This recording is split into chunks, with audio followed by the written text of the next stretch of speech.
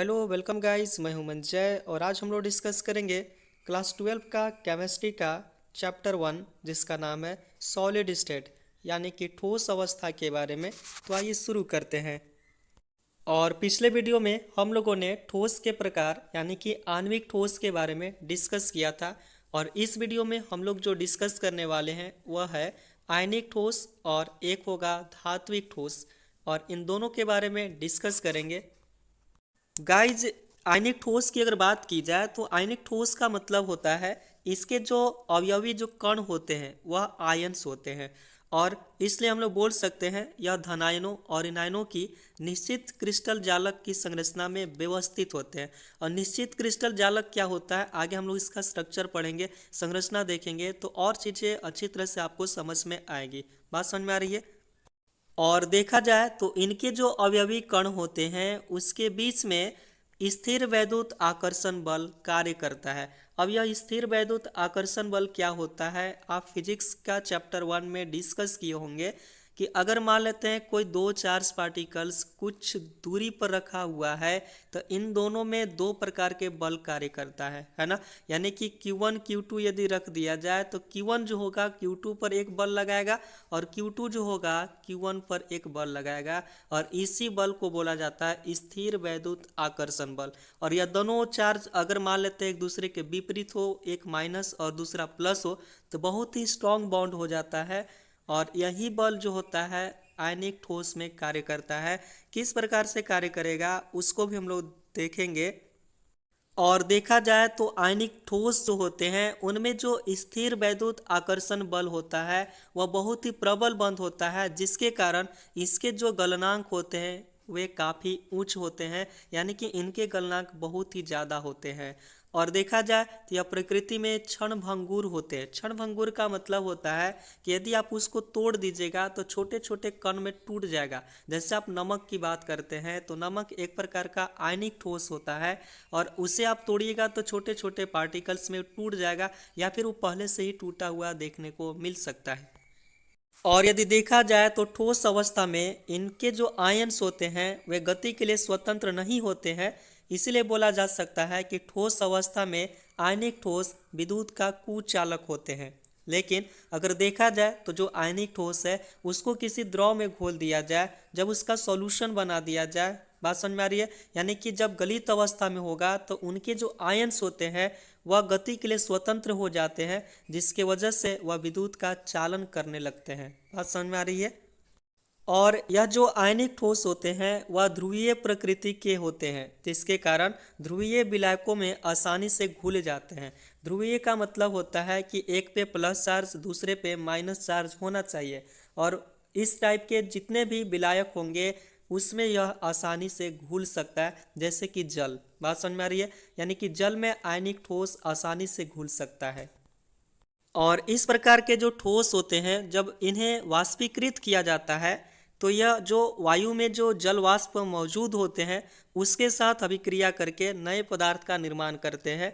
जैसे कि अगर NaCl की अगर बात किया जाए, जब NaCl को वाष्पीकृत किया जाता है तो जल वाष्प से अभिक्रिया करके NaOH तथा HCl बनाता है।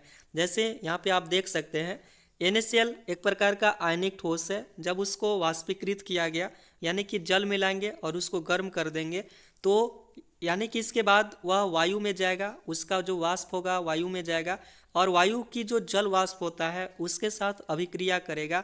यानी कि वायु में जल वाष्प क्या हो गया? H2O। बात समझ में आ रहा है? जब उसके साथ अभिक्रिया करेगा तो कंपाउंड क्या बना देगा?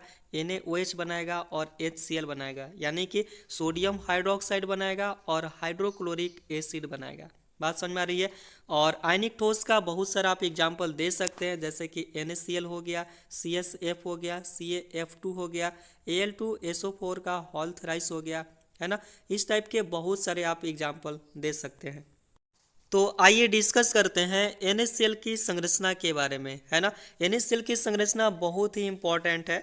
अगर इसकी संरचना की अगर बात करते हैं तो क्लोरीन जो नेगेटिव आयंस होता है वह एकक कोष्टिका के कोनों पर तथा प्रत्येक फलक के केंद्र में स्थित होता है। अब यह कोना क्या होता है, फलक क्या होता है, अभी स्ट्रक्चर देखेंगे तो और भी चीज़ें आपको समझ में आएगी। यानी कि Cl माइनस जो होगा वह कोने पर भी होगा और फलक जो होगा उसके केंद्र में भी होगा। बात समझ में आ रही है। जबकि अगर Na पॉजिटिव की अगर बात की जाए तो उसके जो आयंस होते हैं वह प्रत्येक किनारे के केंद्र में तथा एकक कोष्ठिका के केंद्र में उपस्थित होते हैं। बात समझ में आ रही है। जैसा कि आप यहाँ पे फिगर में देख सकते हैं, अगर मान लिया जाए इस फिगर की अगर बात की जाए तो इसमें आप देख सकते हैं कि जो रेड पेन से है वह Cl माइनस है और जो ब्लैक पेन से है वह सोडियम पॉजिटिव है। बात समझ में आ रहा है। यहाँ पे Cl माइनस 14 दिया हुआ है, यानी कि और क्या चीज़ दिया हुआ है 13। यह क्यों दिया हुआ है आप इसको आसानी से समझ सकते हैं। यानी कि इसमें आप स्ट्रक्चर देखेंगे तो आपको चीज़ें समझ में आएगी, है ना। तो यह एक प्रकार का क्यूबिक स्ट्रक्चर है। क्यूबिक का मतलब होता है घनीय स्ट्रक्चर है और उस घनीय स्ट्रक्चर में आप देख सकते हैं कि इसको बोला जाता है फलक, है ना। ये क्या चीज़ है, फलक है। और किसी भी घन में 6 फलक होते हैं, आप देख सकते हैं। यह हो गया 2, बात समझ में आ रही है, और ये हो गया 3 और ये हो जाएगा 4, ठीक है। और एक इसके पीछे 5 और एक आगे, है ना, 6 हो गया। यहाँ तक समझ में आ रही है। तो आप देख सकते हैं कि जो क्लोरीन जो नेगेटिव है वह सबके सब क्या चीज़ है, कोने पर भी है, यानी कि 1 2 3 4, है ना। देख सकते हैं इस प्रकार के, है ना, कोने पर भी है। और जो फलक है, यानी कि ये जो फलक है उसके केंद्र में भी है, यहाँ पे अभी आप देख सकते हैं। यानी कि एक यहाँ भी हो गया, यहाँ पे भी है ना। बात समझ में आ रही है। यानी कि प्रत्येक फलक के केंद्र में भी उपस्थित है, ठीक है।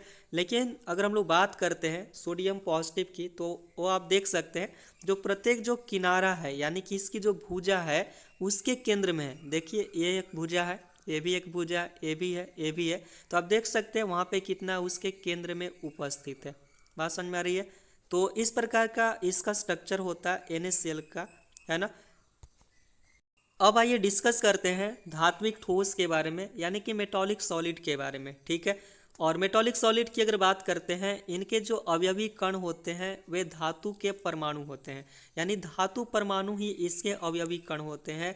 और इसके जो क्रिस्टल होते हैं वह क्रिस्टल में प्रत्येक धातु परमाणु एक या एक से अधिक इलेक्ट्रॉन त्याग कर ई माइनस का समुद्र बनाता है। अब ई माइनस समुद्र का मतलब होता है, यानी कि जितना ज़्यादा वह इलेक्ट्रॉन को लॉस करेगा, जितना ज़्यादा इलेक्ट्रॉन को वह अपने से हटाएगा उस पर उतना ही ज़्यादा पॉजिटिव चार्ज आएगा। बात समझ में आ रही है। और इसी प्रकार से देखा जाता है कि जो जितना ज़्यादा इलेक्ट्रॉन को वह त्याग करेगा उसमें धनायन की संख्या उतना ही ज़्यादा होगा। यानी कि ई माइनस मतलब इलेक्ट्रॉन का अगर त्याग करता है तो वह धातु जो होगा धनायन में उपस्थित हो जाएगा, यानी कि उस पर धनायन चार्ज आ जाएगा, पॉजिटिव चार्ज आ जाएगा। बात समझ में आ रही है। और यही कारण है कि इनमें जो मुक्त जो इलेक्ट्रॉन होता है, यानी कि ई माइनस जो होता है वह गति के लिए स्वतंत्र होता है। इसीलिए यह जो ठोस होते हैं वे विद्युत के सुचालक होते हैं। यानी कि कोई भी जो मेटल होता है, कोई भी जो धातु होता है वह विद्युत के सुचालक होने की वजह से उसमें करंट बहुत ही आसानी से पास हो जाता है। बात समझ में आ रही है।